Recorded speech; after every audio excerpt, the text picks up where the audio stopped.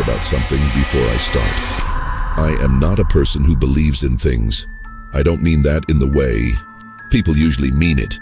The atheist at the dinner table, the skeptic at the seance, the guy who rolls his eyes when someone mentions their horoscope. I mean it in a quieter, more practical sense. I have spent enough of my life inside institutions to understand that most of what feels like mystery is just mismanagement. Most of what feels like dread is just exhaustion. Most of what feels like a sign is just a pattern your brain manufactured because it needed something to hold on to. I believe in paperwork. I believe in documented procedure.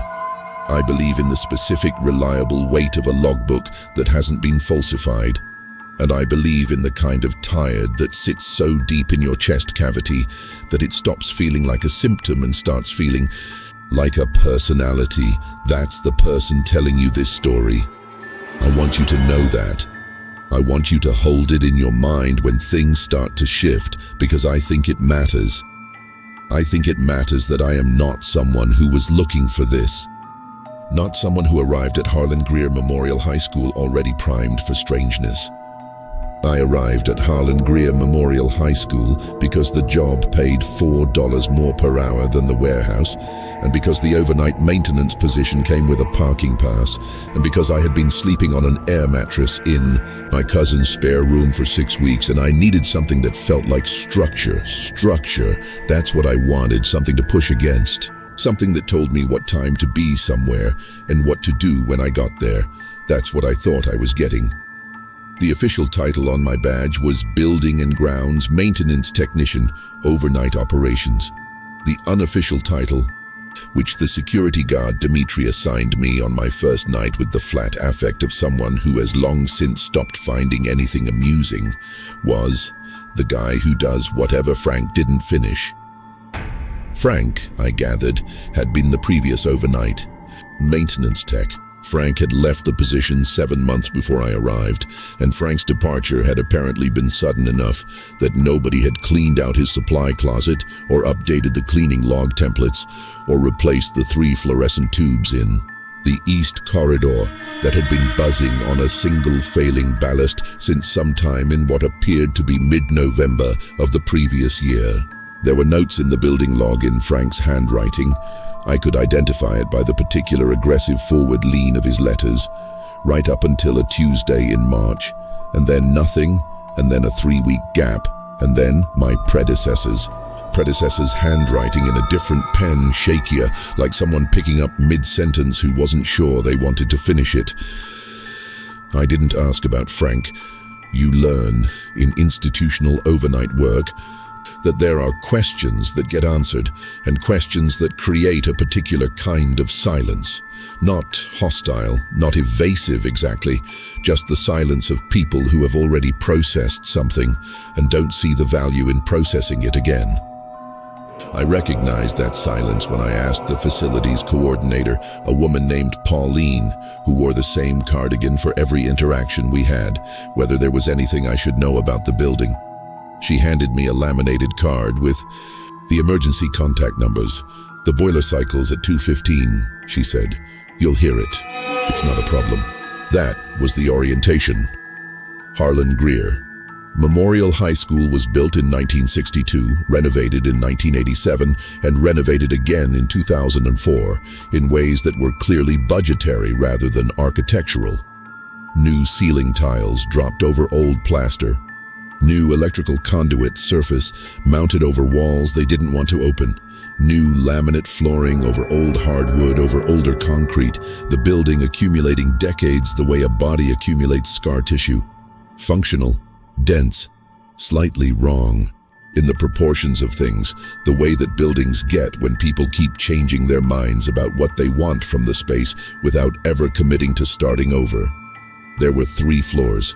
The basement held the boiler room, the old gymnasium changing rooms that hadn't been used as changing rooms since the East Gymnasium had been reassigned as a testing center in 2019, and a long corridor of storage that went darker the further east you walked because the light fixtures at the far end had been disconnected at some point and nobody had seen fit to reconnect them. The ground floor held the main offices, the cafeteria, the library, and the newer wing, the 2004 edition, where the computer labs and the counseling suites were. The second floor held the classrooms, 31 of them, arranged along 2 corridors that met at a right angle near the fire stairs, and a third, shorter corridor off the north end where the department offices were. At night, the building had a specific acoustic character that I came to understand the way you understand the sounds of a place you sleep in, not consciously, but in your body. The ventilation system ran continuously on a timer, and it produced a low directional hum that changed pitch subtly depending on which corridor you were standing in, like the building was breathing differently in different parts of itself. The fluorescent lights, and there were a great many fluorescent lights, the 2004 renovation having replaced everything with the long, cool white tubes that were fashionable at the time and are now, 20 years later, reaching the end of their designed lifespan more or less simultaneously. The fluorescent lights had a collective buzz that sat just below the threshold of active annoyance, the kind of sound that doesn't bother you until it stops, and you realize how much of your attention had been quietly devoted to not hearing it. The rain, when it came, hit the long, clear-story windows above the second-floor corridor at an angle that made it audible from the first floor. I found that I was grateful for it. Rain was uncomplicated. Rain was not the building. The school clocks, analog, institutional, the same design that has hung in American schools since approximately 1955, were on a synchronized system that advanced their minute hands with a small electromagnetic pulse every 60 seconds. Each one clicked. If you were standing in a quiet corridor late enough at night, you could hear the click move through the building, classroom to classroom, the synchronized minute advancing in every room at once. It sounded like something being decided. This is the environment. I want you to have it completely before I tell you what happened inside it. My shift ran from 9 in the evening to 5 in the morning. I arrived after the last of the evening janitorial staff left.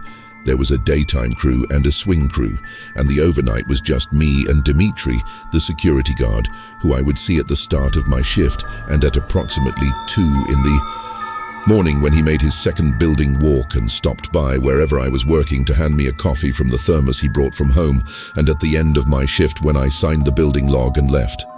Dimitri was 53 years old. He had worked overnight security at Harlan, Greer for 9 years. He had the specific quality of presence that very patient people develop in institutional settings, a kind of compressed quietness, like someone who has made peace with the fact that most of what happens around them is not their problem. He was not unfriendly. He was simply very far away, in the way that people who have been doing the same thing for 9 years in an empty building are far away. In my first 2 weeks, he said very little to me beyond logistical necessities. He told me which doors locked automatically and which ones you had to prop if you needed to come back through. He told me that the water pressure in the third-floor bathroom was unreliable after midnight for reasons nobody had diagnosed. He told me that the security monitors in the guard station had a display artifact on camera 4, the east hallway camera, that looked like movement when the temperature dropped, but was just a calibration issue with the CCD sensor. That last thing he told me on the third night. He said it without looking up from his logbook. He said it in the same tone he might have used to tell me that the mop heads were in the cabinet under the sink, like it was a practical detail, like it was the kind of thing you just said when someone was new. I thanked him and thought nothing of it for another 8 days. Chapter Part 2. The announcement, it happened for the first time on a Wednesday in the 3rd week of October. I know it was Wednesday because I had been thinking about the previous Sunday, which is when I had finally gotten the air mattress moved out of my cousin's spare room and into an actual apartment, a studio on the 4th floor of a building that smelled like cooked cabbage and had radiators that knocked. And I had spent the first 3 nights in the apartment lying on a mattress on the floor, listening to the radiators and feeling something I hadn't felt in 2 months, which was the beginning of a thing that might eventually become okay. I was counting forward from Sunday. Wednesday was 3 days into okay. I was on the second floor, East Corridor, outside room 217, which was a junior year English classroom that had a persistent issue with one of the fluorescent fixtures. Not the ballast, I had already replaced the ballast, but something in the wiring connection that caused the rightmost tube to flicker in a slow, irregular pattern that was apparently driving the daytime teacher to distraction. I had the stepladder set up and the fixture cover off, and I was working with a voltage tester in the way you work when you're tired and it's after midnight, and the problem is in a connection you can't quite see without a better angle. The building was doing its usual things. Ventilation hum, clock clicks. The rain from 2 days ago had stopped, but you could still hear the drainage working somewhere in the walls. My cart was in the hallway behind me with a wheel that needed lubrication, and every time I shifted it, it gave a small apologetic squeal. And then the PA system came on. I want to describe this accurately because the way it came on is part of what made it what it was. There was no preliminary announcement tone, no 3-note chime, no click of a microphone being activated. It simply began in the way that things begin when they have been interrupted rather than started. A half-second of carrier hiss, the sound of the system's own signal finding itself, and then a voice. The voice was female, adult. The cadence was the particular cadence of someone reading from a list, steady, slightly mechanical, with a pause between each item that was precisely the same length regardless of what the item was, the way you read when the rhythm matters more than the meaning. Alderman, David. Silence. 2 seconds. 3. Alderman, David. Silence again. Bautista, Isabel. I was standing on the stepladder with a voltage tester in my hand and I did not move. Bautista, Isabel. Each name called twice. Identical intonation both times. No variation, no impatience. Calloway. Marcus. The voice was coming through every speaker in the building. I could tell because in the hallway you could hear it twice. Once from the speaker directly overhead, and once from the speaker at the far end of the corridor, arriving about 80 milliseconds later because of the distance, creating a very faint, trailing echo of each name. David, David. Isabel, Isabel, like a shadow of each name following slightly behind it. Chen, Patricia. I climbed down the ladder. I should tell you what I did not feel in that moment, because I think it's important to accuracy. I did not feel the cold prickle of supernatural dread. I did not feel what novelists call a chill, or the hair on the back of my neck. I felt confusion, and then the specific irritation of a person who has been in institutional settings long enough to understand that systems do inexplicable things for mundane reasons, and then I felt the need to find Dimitri, Chen, Patricia. The names continued as I walked. I was trying to count them, to understand the scope of the list, but I kept losing track because I was moving, and the corridor acoustics kept shifting. I found Dimitri at the end of the first floor, hallway near the main office, standing in the exact posture of a man who has decided not to deal with something. The PA is running, I said. I know, he said. It's calling names. Attendance, he said. I waited for more. He looked at his logbook. It does it every night, he said. Timer system. Starts at 12:47. He said this with the specific flatness of someone repeating a sentence they learned a long time ago. Facilities knows about it. IT knows about it. It's a legacy system configuration. They're going to fix it in the spring when they replace the intercom hardware. I stood there. That's been the answer since I started, he said. Before that too, probably. Legacy system configuration, I repeated. That's the answer, he said. Upstairs, through the ceiling, through the building, the voice continued. I could not make out the names from here, just the rhythm of them. The call and the silence and the call again. I asked him one more question. I asked him how long the list was. He finally looked up from the logbook. I don't count them, he said. Then he handed me the thermos of coffee, which was not yet 2 in the morning, which meant this was outside the normal schedule, and I understood. that as its own kind of answer. The announcement lasted until approximately 1:17 in the morning. I know because I tracked it. I went back to room 217 and I picked up my voltage tester and I found the connection fault. It was exactly where I'd thought it was, a corroded terminal that needed replacing. And I worked while the names continued, and I listened. 30 minutes, at minimum 100 names, probably more. They were all names that sounded like names, first and last called first, alphabetical order, the format of every attendance list I had seen in every school setting I had ever occupied. Alderman through by the time it finally went silent somewhere in the mid-S's. I heard Sandoval and Santos and Severance before the carrier hiss cut off and the building returned to itself, but it didn't go through the entire alphabet. It stopped. In the S's, I wrote that down in my personal notebook, which I had started keeping for work-related maintenance notes, but which began that night to accumulate other things. 47 a.m. PA system, names, alphabetical, A through partial S. Voice, adult female, flat cadence, no inflection, approximately 30 min runtime. Then I sat on the hallway floor with my back against the lockers and the fixed fluorescent light stable and white above me, and I drank the coffee and I thought about the specific kind of tired that has stopped being a symptom. Chaco Part 3. The list I made. I started writing names down on the fourth night. This required planning. The announcement always began at 12:47, and I had learned to position myself in the second floor corridor by 12:40 notebook, open, pen in hand, stationed near a speaker so I had as clean an audio feed as possible. Some of the names were clear, some were less clear. The system had a faint distortion in the upper frequencies that made certain consonants ambiguous, particularly the difference between FE and S, between B and D in certain acoustic conditions. I marked those with a question mark and did my best. It took me 6 nights to compile what felt like a complete list.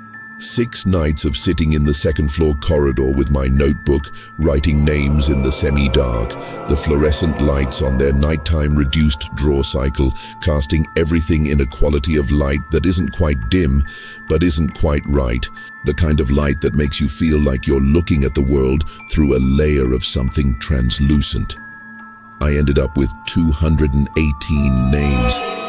I want to sit with that number for a moment because it took me a while to sit with it properly. Harlan Greer Memorial High School had a current enrollment of approximately 840 students across 4 grade levels. A typical attendance list for a class period runs 25 to 35 names.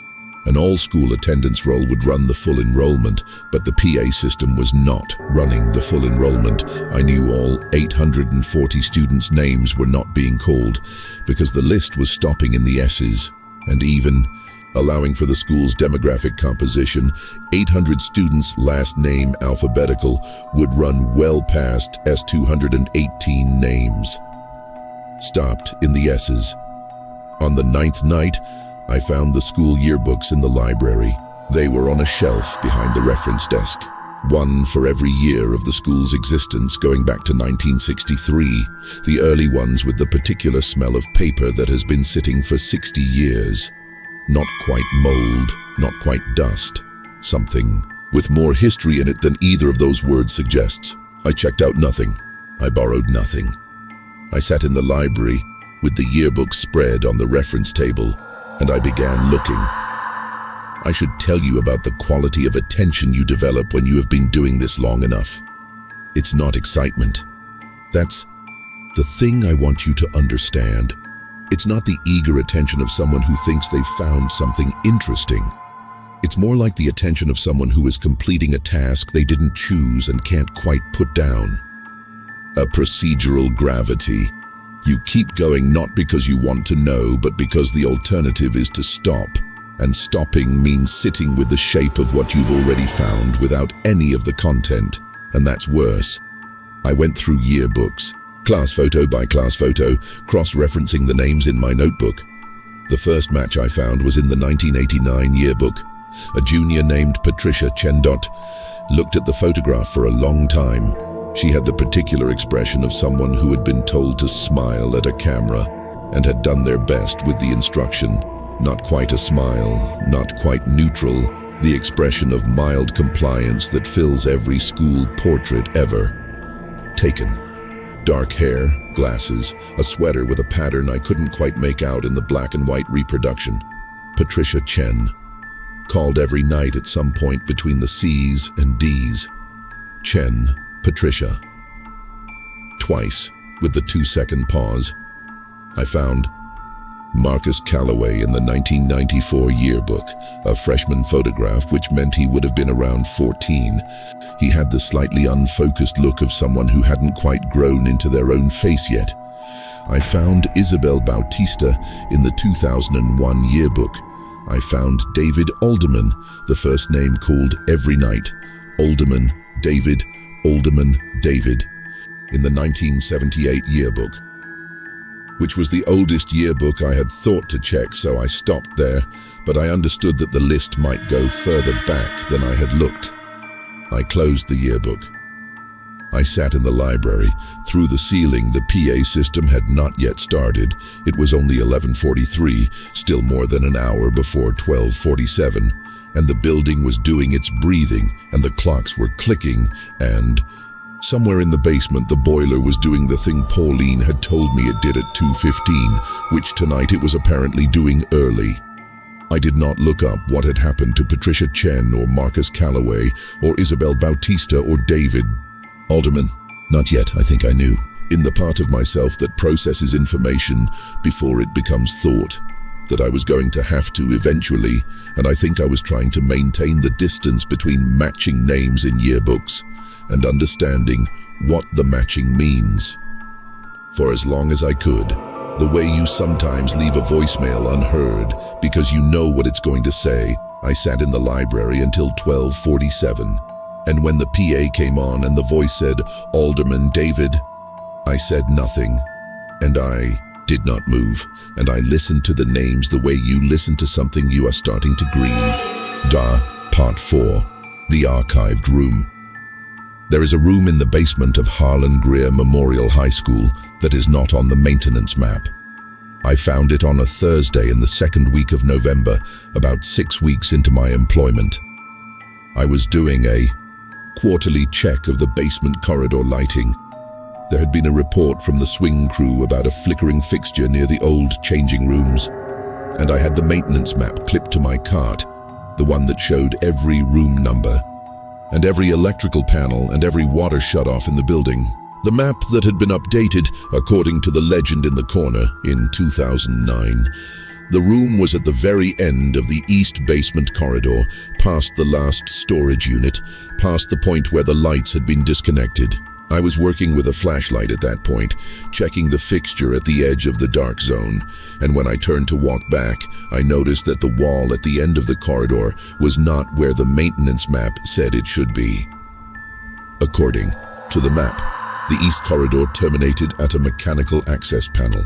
In reality, the corridor continued another 12 feet past where the maintenance map had drawn its wool, and at the end of those 12 feet there was a door, not a remarkable door, a standard institutional door, grey metal, the same as every other door in the basement, with the same lever handle and the same narrow wire glass window that let you see a small rectangle of whatever was on the other side. The window was dark.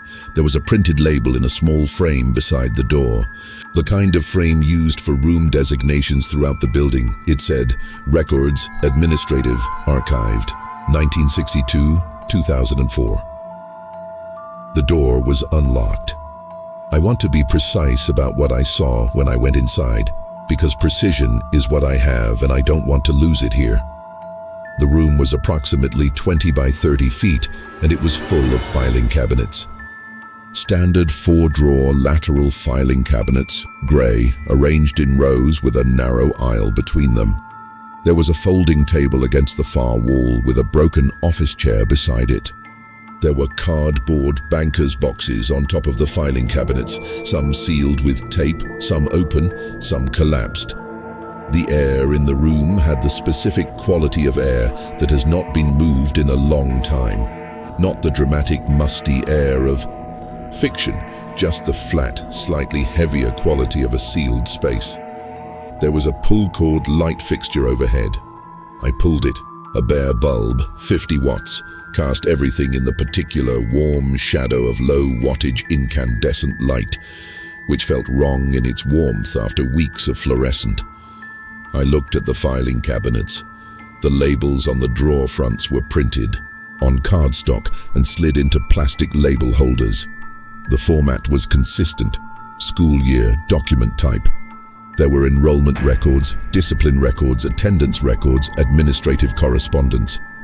The cabinets ran from the early 1960s on the left wall to 2004 on the right, and then stopped, which corresponded with the date on the door label and presumably with whatever transition had moved active records elsewhere in the building. I opened an attendance cabinet, 1987 through 1989. I stood there in the warm light with the drawer open, looking at the hanging file folders, and I thought about Patricia Chen, and I pulled her file. Patricia Chen had been a student at Harlan Greer Memorial High School from September 1987 until April 16, 1989. Her attendance record was meticulous, near perfect through the first year and a half, the occasional absence flagged with a parent note in the attached correspondence pocket. She had been in the 11th grade when her record stopped. The last entry was April 16, 1989. After that, the folder contained a single typed administrative notation on school letterhead, brief enough that I read it twice to make sure I wasn't missing something. Student enrollment terminated. Administrative. Record closed. That was all it said. No transfer notation. No withdrawal form. No note of academic outcome or destination school. Just enrollment terminated and administrative record closed, as if a person had been a subject in a sentence and the sentence had simply ended. I found Marcus Calloway's record in a different cabinet. His enrollment had ended in February 1995, during what would have been the second semester of his freshman year. The same closing notation, word for word. Enrollment terminated. Administrative record closed. I found Isabel Bautista's record. December 2001. Same notation. I did not look for David Alderman's record. The 1978 cabinet was on the far left wall, the furthest from the door, and I became aware at some point that I had been in the room for longer than I'd intended, and that the light from the single bulb was creating shadows I didn't want to stand in for much longer. It was not a rational feeling. It was the feeling of a body that has been in an institutional space alone for long enough that it has started paying attention to things the mind hasn't caught up to yet. I closed the drawers I had opened. I turned off the pull-cord light. I walked back through the east corridor and up the stairs and into the fluorescent normalcy of the first floor. In the building log, where we were required to note any unusual findings or maintenance issues, I wrote, basement east corridor. Noted unlocked storage room. No maintenance issues identified. I did not write what I had found inside it. Part 5. The answer I found and immediately set aside. I need to tell you about what I looked up and what I decided to do with it, and I need to be honest about the sequence, because the sequence matters. I looked them up at home during the day, which is when I was supposed to be sleeping. I was not sleeping. I was lying on the mattress on the floor of my studio apartment, listening to the radiators knock and thinking about the records room, and at some point I picked up my phone. Patricia Chen, Harlan Greer Memorial High School, 1989. The results were not immediate or dramatic. They were the results you get when you are looking for something that happened in 1989 and the internet was not yet archiving local news in the way it does now. Fragments, partial records, digitized PDFs of old newspaper pages where the text recognition has rendered some words as strings of meaningless characters. But there was enough. A small notice in the archived local paper from May 1989, about 6 weeks after Patricia Chen's enrollment had been marked terminated. A plea from the family. The language of the notice was the language of a community that still used the word missing, even when the circumstances had moved beyond the range where missing felt like the appropriate word. There was a school photograph, the one I had seen in the 1989 yearbook, the not quite smile, the glasses, Marcus Calloway, Harlan Greer Memorial High School. 1995, a shorter notice, less detail. A name in a list of incidents compiled by a local advocacy group sometime in the early 2000s, Isabel Bautista. 2001, an online memorial forum post from 2006, written by someone who identified themselves as a former classmate. The post was addressed to Isabel directly, the way memorial posts often are, the second person as a formal kind of grief. I think about you every year when December comes. I put my phone down. I lay on the mattress and I stared at the ceiling and I listened to the radiator's knock and I thought about the administrative notation. Enrollment terminated. Administrative. Record closed. And I thought about the particular neutrality of that language, the way it described the end of 3 people's presence at Harlan Greer Memorial High School, as if they had simply become administratively inconvenient, as if the school had closed their files with the same procedural equanimity it would have used to process a routine transfer. And then I thought about their names, called every night at 12:47, called twice each, with the 2-second pause. Twice, because that's what you do when there's no answer. You call the name once and you wait, and when there's nothing you call it again, and the waiting in between is the system giving the space for a response that protocol requires it to allow, even when it knows the response isn't coming. I thought about that for a long time, and then I made a decision that I want to be honest about. I decided not to think about it anymore. This is not cowardice, or not only cowardice. It is the specific calculus of a person in a maintenance position in an institution that has demonstrated, through the medium of Dimitri's flat tone and Pauline's laminated card, that it has already processed this situation to the limit of what it intends to process, and that further inquiry will be received not with hostility, but with the particular institutional patience that is worse than hostility. The patience of a system that can simply wait longer than you can. I decided to do my job, change the fluorescent tubes, lubricate the cartwheel, complete the maintenance log, take Dimitri's coffee at 2 in the morning, listen to the names at 12:47 and then keep working. I was good at this decision for 11 days. 3. Part 6. What changed on a Monday in the last week of November at 12:47 in the morning, the PA system began its announcement, and I was on the 2nd floor, East Corridor, which is where I had taken to positioning myself for reasons I had told myself were about acoustic clarity. Alderman David. Alderman David. Pause. Bautista. Isabel. I was writing because writing the names had become the thing my hands needed to do during the announcement, even though I had already written them all down, a kind of attendance of my own. Present, present, present. Bautista, Isabel. Pause. And then a sound that was not from the PA system and was not from the ventilation and was not from the boiler and was not from anything I had catalogued in 7 weeks of learning this building's vocabulary.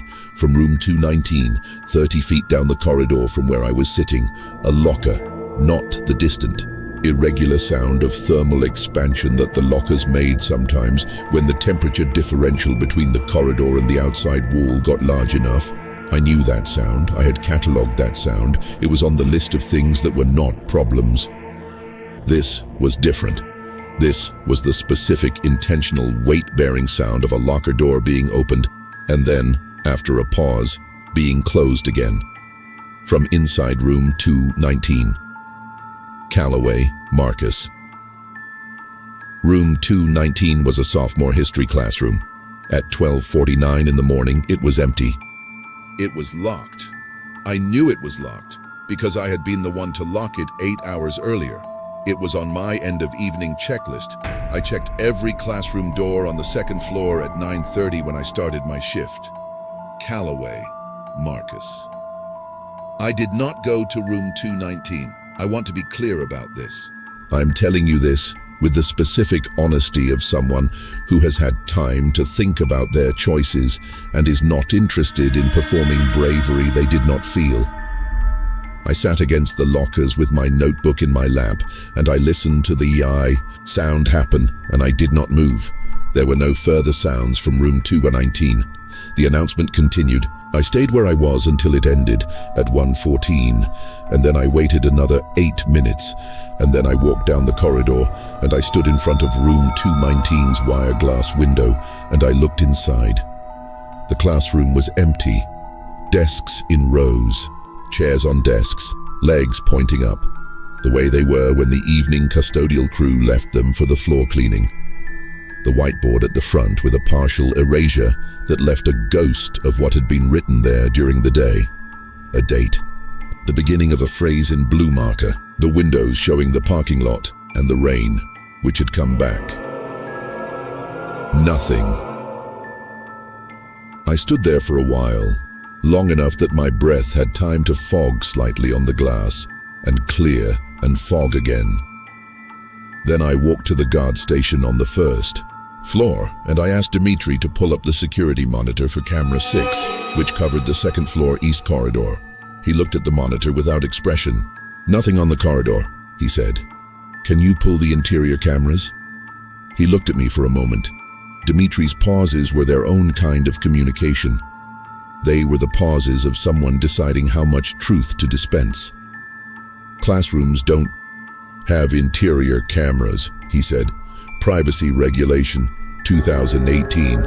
This was, as far as I could determine, a true fact about public school security policy. Corridor cameras, yes. Entrance cameras, yes. Classroom interiors, no. I thanked him. I went back to work. I wrote in my notebook, room 219, 12:49 a.m. locker sound. Single open and close. No mechanism identified.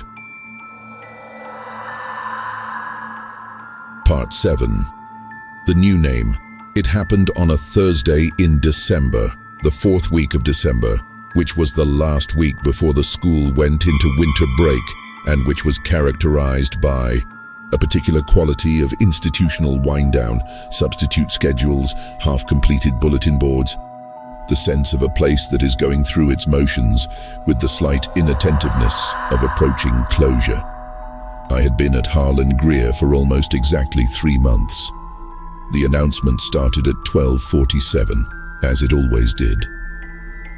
I was in my position in the second floor corridor, notebook open, and I began writing as the names began. Alderman, Bautista, Callaway, Chen, each one twice. Each pause identical. I had stopped flinching at the locker sounds. There had been 3 more since the first one, always during the announcement, always from rooms that were locked and empty, always isolated, never repeated in the same room, twice in the same week. I had catalogued them. I had stopped going to look. The voice moved through the letters, D, E, F, the names I had learned, and somewhere in the high S's, after Santos, after Severance, after the point where the list usually ended, the system stopped. Not the carrier hiss cutoff that usually signaled the end of the announcement. A different kind of stop. A pause that was longer than the intername pause, long enough that I thought it was over, and I had actually lowered my pen. And then, Vasquez, no. The voice hesitated. I have spent considerable time thinking about whether to use that word, hesitated because it implies something about the nature of the voice that I am not willing to commit to. What I can say with precision is that the audio, which had maintained a perfectly consistent cadence for the entire announcement, produced a sound pattern that did not fit the established pattern. A stop mid-word, a silence of approximately 2 seconds, which was identical in length to the intername pause, but which occurred in the wrong position, mid-word, rather than after a complete name, and then Vasquez, Raymond, pause, Vasquez, Raymond, and the system cut. I sat in the corridor with my pen hovering above the notebook. Vasquez, Raymond. The list had never passed the S's. I had been present for 11 weeks of announcements. It had always stopped in the S's, sometimes Santos, sometimes Severance, occasionally cutting off mid-name as if the system had reached a time limit, but always in the S's. The S's were not where Vasquez fell alphabetically. I wrote the name in my notebook. Then I went to the library. There was no Raymond Vasquez in any yearbook. I checked everyone, 1963 through the most recent, taking the time I needed, being systematic. No Raymond Vasquez in any class photograph, any sports team photo, any club listing, any honor roll, any academic awards page. No Raymond Vasquez in the school's online directory, which I accessed on my phone from the library with the kind of quiet urgency that I had told myself 11 days earlier I was not going to give in to anymore. I went to the records room in the basement. I did not find a file for Raymond Vasquez in any of the attendance cabinets, but in the administrative correspondence section, a set of cabinets I had not previously searched, filed by year on the far right wall, closest to the 2004 end date of the archive, I found in a folder labeled Enrollment Inquiries, Unresolved, 2003-2004, a single typed letter. The letter was from the school district's central enrollment office to the principal of Harlan Greer Memorial High School, dated March 3, 2004. It was regarding the enrollment status of a student named Raymond Vasquez, who had apparently submitted enrollment paperwork at some point during the fall semester of 2003, but whose attendance records, according to the district's central system, showed no corresponding enrollment confirmation from the school. The letter asked for clarification. Attached to the letter was a handwritten note on a post-it, yellow, dried, and slightly curled at the edges. The handwriting was different from the letter, presumably the principal's or someone in the main office. The note said, "Not in our system, check with district." No record of this student attending. No record of this student attending. I held the letter and the post-it in my hands in the warm light of the single bulb, standing in the records room that was not on the maintenance map. And I thought about the voice hesitating, about the stop mid-word, the 2-second pause in the wrong position, the way it had found the name eventually, had arrived at it from somewhere uncertain, and then delivered it in the same flat cadence as all the others. Vasquez, Raymond, a student who had no record of attending, called now, on the list, in the place the list had never gone before. I put the letter back in the folder. I put the folder back in the cabinet. I turned off the pull-cord light. I walked out. Part 8. What Dmitri Said on the last night. Before break on the last overnight shift before the school closed for winter break, Dmitri brought 2 cups instead of 1. He found me in the first-floor corridor near the library, and he set 1 cup down on the floor beside me and kept the other. And he sat against the wall in the way of someone who has made a decision about something. We sat for a while without talking. It was about 2:10 in the morning. The boiler was approaching its cycle. The clock in the library was clicking through its intervals. "You've been going to the basement," he said. It wasn't a question. "Yeah," I said. "The room at the end." "Yeah." He drank his coffee. He looked at the middle distance that people look at when they are deciding how much to say. "I went in there once," he said. "My 2nd year." I waited. "I read some of the same things you probably read." He paused. maybe more. And he turned the cup slowly in his hands. Dimitri's hands were very still, normally the hands of someone who has learned patience in the physical sense, and I noticed that he was turning the cup in a way that was not his normal stillness. "I put in a report," he said, "to the principal, then the district. I wrote what I found. I wrote about the names, the dates, the records, the notation. You know the notation? Enrollment terminated. Administrative record closed." "Yeah." He looked at the cup. "I received a written response from the district facilities office informing me that the PA system anomaly had been flagged for correction in the following fiscal year's capital improvement budget, and that the records room was scheduled for transfer to the district archive facility as part of a building modernization initiative." "That was 9 years ago," I said. "That was 9 years ago," he said. We sat with that for a while. "The room," I said. "The missing student, Vasquez." Dimitri went very still. "What did you say?" "Vasquez Raymond. He was called on Thursday night. First time I've heard a name that wasn't already in the yearbooks. There's an enrollment inquiry letter in the records room from 2004. He was never officially enrolled, but his name came up." Dimitri put the cup down on the floor very carefully. "I've been here 9 years, he said. "I have heard every announcement. Every night. I have heard every name on that list." He looked at me directly, which he almost never did. "That name has never been on the list. It was Thursday night. I was here Thursday night. I know." He looked at me for a long time. "You heard it," he said. "It was not quite a question and not quite a statement. I heard it. I have it in my notebook. I heard the list go past the S's for the first time, and then there was a pause, and then the name." He stood up slowly, in the way of someone whose body is carrying something heavy that isn't physical. "I'm going to go do my 2:30 walk," he said. He picked up his cup. He looked at the wall for a moment. "My advice," he said, "is to decide how long you want to stay." He walked away down the corridor, and his footsteps were very even on the hallway floor, and the ventilation hummed, and the clocks clicked, and the building breathed around us both, and I sat against the wall and drank the coffee he had poured for me, and thought about the specific quiet weight of things that systems absorb and continue without needing to resolve. Part 9. After break, the school reopened in January. I came back.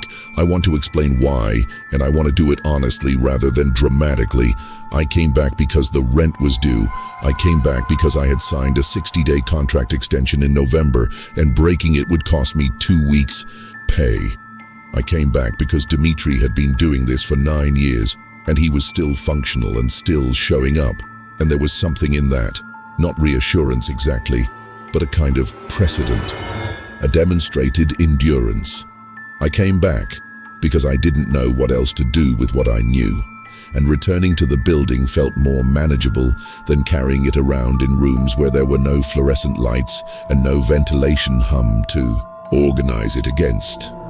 The first night back, the announcement ran at 12:47 as it always had. I was in the second floor corridor. I opened my notebook. Alderman, David. Twice. Bautista, Isabel. Twice. I wrote each name.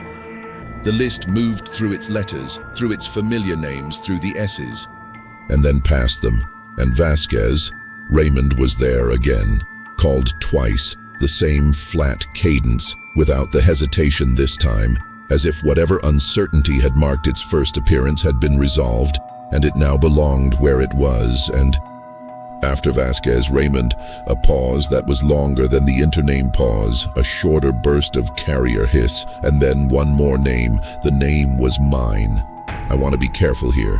I want to be more careful here than I have been anywhere else in this account, because this is the part that is hardest to describe with the precision I have committed to, and because this is the part that my brain has returned to most often. In the weeks since, examining it from different angles, looking for the mundane explanation I have not yet found. The name was mine, last name first, the way the list always ran. My full legal name, the name on my building badge, the name on my maintenance contract with the district, pronounced in the same flat, paced cadence as every other name on the list. Twice. With the 2-second pause in between, no answer. Both times. Then, the system cut. I sat in the corridor for a long time after, long enough that the building completed its overnight cycle. The boiler, the ventilation shift at 3:15, the clock, clicks moving through their hourly alignment, long enough that Dimitri found me on his 3:30 walk and stopped when he saw me. He looked at my face. "What happened?" he said. I told him. He stood in the corridor for a moment. The fluorescent lights buzzed above us. That sound that you stop hearing until you hear it. His face did the thing that Dimitri's face did when he was processing something he had already prepared himself not to react to. "I need to know," I said, "whether you heard it." "I was in the stairwell at the far end of the building during the announcement," he said. "I could hear the system running. I couldn't make out individual names." "So you don't know?" "I don't know." I looked at my notebook, at my name written in my own handwriting, which I had written down the way I always wrote down the names, out of habit, out of the procedural need to document. "What does it mean?" I said. "That my name is on the list." Dimitri crouched down in the way of someone who is going to be in a position for a while and wants to be comfortable in it. He looked at the wall across the corridor. "I don't know what the list is," he said slowly. "I have had 9 years to think about. What the list is, I don't know. You have a working theory." He was quiet for a moment. "My working theory," he said, "is that the list knows what it knows, and I don't." This was not a satisfying answer. It was, I understood, the only honest one. "Are the names of people who died," I said. "People who went missing, the ones I found, in the archives." "Some of them," he said. "Not all. I've done enough cross-referencing over the years. Some names I can't find anything attached to. Some names are graduates who, as far as I can tell, are still alive. And some are the ones in the records room, and some are the ones in the records room.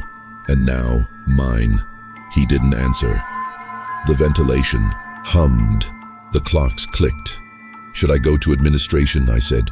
"You can," he said. "I know what they'll say. Legacy system configuration. They're going to fix it in the spring." I looked at the wall. I thought about my name, called twice, with the 2-second pause. I thought about the pause, the specific procedural kindness of the pause that said, "We are giving you the space to respond," even when the protocol had already anticipated no response would come. "What do I do?" I said. He stood up. "You decide how long you want to stay," he said. "That's all I've got." He handed me the thermos. He walked away. His footsteps were even on the hallway floor. I stayed until 5. I signed the building log. I went home. Epilogue. Still counted, it has been 41 days since I first heard my name on the list. I have not left the position. I have thought about leaving the position every single day for 41 days, and I have not done it. And I'm not entirely sure I can explain why in terms that would satisfy someone who has not spent nights in a fluorescent-lit institutional building listening to a voice call names into the empty air. The closest I can get is this. The list knew my name before I understood what the list was. I don't know what that means. I don't know if it means anything in the directional causal sense that we usually require meaning to have. Maybe it's a legacy system configuration. Maybe whatever generates the list operates on logic that has nothing to do with prediction or intention or knowledge about the future, and my name appearing on it is coincidence of a kind too complex to trace back to its mechanism. I don't believe that, but I hold it available. It's important to keep the mundane explanation available, even when you can no longer quite make yourself use it. My name is on the list now, called every night at 12:47 in the appropriate alphabetical position, twice, with the pause. I have confirmed this for 37 consecutive nights. It has not been removed. It has not been moved. It sits where it sits in the list, and the list continues past it, and Vasquez. Raymond follows approximately 40 names later, and then the system cuts. The announcement always ends now in the V's. I filed a maintenance report about the PA system in January. I described the anomaly in neutral technical language, the kind of language that Pauline and the district facilities office would find passable. Irregular scheduling behavior in legacy intercom system, running overnight announcements outside, programmed operational hours, recommend hardware audit, and system clock recalibration. The response I received was a confirmation email informing me that the intercom replacement had been approved in the capital improvement budget and was scheduled for installation in Q3 of the current fiscal year. Q3 is July through September. I don't know if the list will survive the new hardware.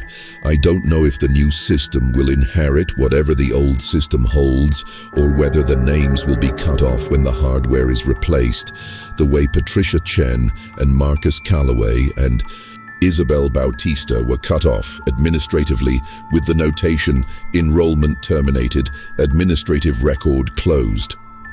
I don't know if that would be better or worse. I show up at 9 in the evening. I do the checklist. I change the fluorescent tubes when they fail. I lubricate the cart wheel. I drink Dimitri's coffee at 2 in the morning. I sit in the second floor corridor at 12:47 and I open my notebook. And I write the names, the way I always have.